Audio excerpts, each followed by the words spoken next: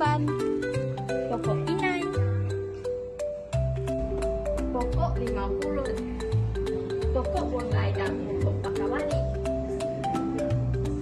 pokok temulawak, pokok bidara, pokok kari, pokok ketumbar Jawa, pokok cekur, pokok halia, pokok pegaga dan pokok kunyit.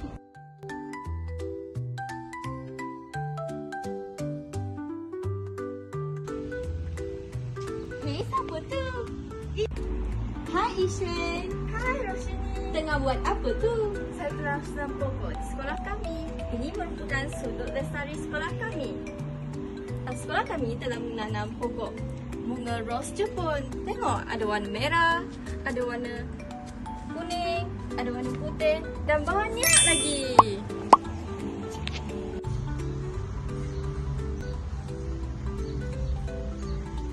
Hai Syamimi Roshini. Apa kamu buat ni?